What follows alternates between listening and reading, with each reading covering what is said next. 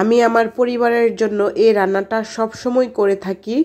লাউয়ের সাথে পেঁয়াজ বেরেস্তা দিয়ে আর সাথে কিছু সামান্য পরিমাণে মুরগির মাংস দিয়ে খুবই মজাদার একটা রেসিপি বাসায় যখন তৈরি করি সবাই বিশ্বাস করুন অনেক বেশি পছন্দ করে এবং এই রান্নাটার জন্য সবসময় রিকোয়েস্ট করে। তো সবসময় তো আর রান্না করা যায় না, মাঝে মাঝে রান্না করি। আর আজকে ভাবলাম আপনাদের কাছেও শেয়ার করি মজার এই রেসিপিটা। চলুন আজকে লাউ আর পেঁয়াজ বেরেস্তা দিয়ে সাথে রান্না করব মুরগির মাংস। এবার প্রথমেই আমি রেসিপিতে চলে যাচ্ছি কথা না বাড়িয়ে। এইখানে একটা পাত্র বসিয়ে দিয়েছি। লাউগুলো আমি আগে থেকে কেটে কুটে নিয়েছি আর মুরগির মাংস এখানে 1 কেজি পরিমাণে নিয়েছি। ব্রয়লারের মুরগির মাংস আপনারা চাইলে গরুর মাংস তারপর দেশি মুরগি দিয়েও কিন্তু রান্নাটা করতে পারেন। এবার তেল পেঁয়াজ একটা পাত্রে দিয়ে এগুলোকে একদম বেরেস্তা করে নিচ্ছি সবগুলোকে। তেলের পরিমাণটা পেঁয়াজের পরিমাণটা একটু বাড়িয়ে দিবেন।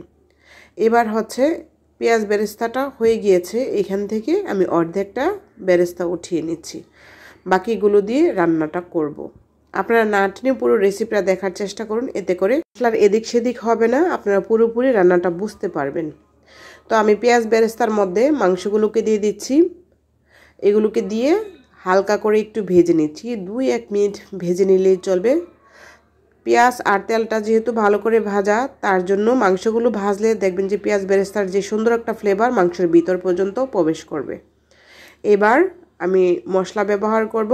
মশলা ব্যবহার করার জন্য এখানে প্রথমে বাটা মশলা দিয়ে দিচ্ছি, 2 টেবিল চামচ পরিমাণে বাটা মশলা। জিরা দিয়ে দিচ্ছি 3 টেবিল চামচ পরিমাণ দিয়ে দিচ্ছি আদা রসুন পেস্ট। আদা রসুন আমি একসাথে বেটে নিয়েছি 3 টেবিল চামচ পরিমাণে।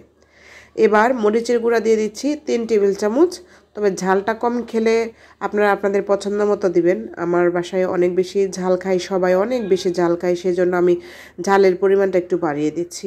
এবার 1 টেবিল চামচ চাইতো আরেকটু কম হলুদের গুঁড়া আর স্বাদ মতো লবণ দিয়ে দিচ্ছি।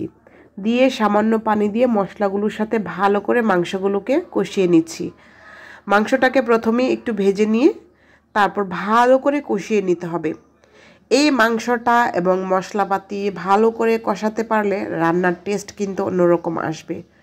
দেখবেন আপনারা, আমি একটা টিপস আপনাদের সাথে শেয়ার করছি, আশা করছি পুরো রেসিপি জুড়ে আমার চ্যানেলটির সাথেই থাকবেন। দারচিনি এলাচ দিয়ে দিচ্ছি। এবার ঢাকনা দিয়ে দিচ্ছি। কিছুক্ষণ পর ঢাকনাটা উঠিয়ে একটু নেড়েচেড়ে দিয়ে আবারও ঢাকনা দিয়ে দিব। মশলাটা অনেকটা লেগে লেগে আসবে এবং কি মশলাটা পুরোপুরি এখনও কিন্তু হয়নি কষানো, তাই আমি আবার একটু ঢাকনা দিয়ে দিচ্ছি। এবার ঢাকনাটা উঠিয়ে আবারও একটু নেড়েচেড়ে দিয়ে আমি লাউগুলো এই পর্যায়ে দিয়ে দিচ্ছি। আর কালারটা কিন্তু খুবই সুন্দর আসছে।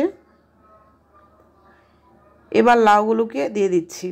লাউটা একদম কচি দেখে সিলেক্ট করবেন, এতে করে রান্নাটা খেতে বেশ ভালো হয়। এবার এখানে আমি 1 গ্লাস পরিমাণ পানি হবে, যেহেতু লাউ থেকে অনেকটাই পানি ওঠে। দেখুন, এই পানি দিয়েই কিন্তু আমি রান্নাটা করে নিব পুরোটা। তো লাউ থেকে বেশ খানিকটা পানি উঠেছিল আর আমি 1 গ্লাস পরিমাণে পানি দিয়েছি। সেটা দিয়ে কিন্তু লাউটা অনেকটাই কচি, তাই আমার অনেকটা পানি দেওয়ার কোনো দরকার পড়েনি। এবার ধনিয়া পাতা দিচ্ছি বেশি করে। আর আমরা যে প্রথমে পেঁয়াজ বেরেস্তাগুলো রেখেছিলাম সেগুলো একটু পরেই ব্যবহার করব। মাছ রান্নাতে পেঁয়াজ বেরেস্তাগুলো এই পর্যায়ে আমি ব্যবহার করব। আগে বেশ খানিকটা ধনিয়া পাতা কুচি দিয়ে তারপর এগুলোকে একটু নেড়ে চেড়ে নিচ্ছি। একটা বলক উঠিয়ে নিয়ে তারপর এখানে আমি দিয়ে দিচ্ছি সেই পেঁয়াজ বেরেস্তাগুলো। তার আগে আমি অফ করে দিয়েছি। এবার উপর থেকে আরও কিছু ধনিয়া পাতা কুচি দিয়ে দিচ্ছি। এবার পেঁয়াজ বেরেস্তাগুলো দিয়ে দিব। পেঁয়াজ বেরেস্তার পরিমাণটা যত একটু বেশি দিবেন তত বেশি কিন্তু খেতে ভালো লাগবে।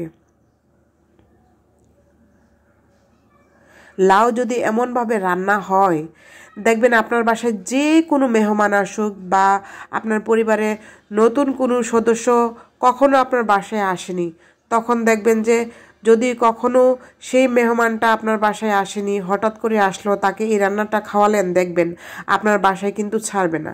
এত বেশি পছন্দ করবে এই রান্নাটা সবাই পরিবারের। সামান্য কাঁচামরিচ দিয়ে উপরে একটা ঢাকনা দিয়ে ঢেকে আমি পেঁয়াজ বেরেস্তা, কাঁচামরিচ আর ধনিয়া পাতা সুন্দর একটা ফ্লেভার আনার জন্য ঢাকনা দিয়ে দিয়েছি। 5 মিনিট পর যখন ঢাকনাটা ওঠাবেন, মাশাআল্লাহ করে দেখবেন কত সুন্দর একটা ফ্লেভার। লাউ রেসিপিটা আপনাদের কাছে কেমন লেগেছে অবশ্যই কিন্তু কমেন্ট বক্সে জানাবেন।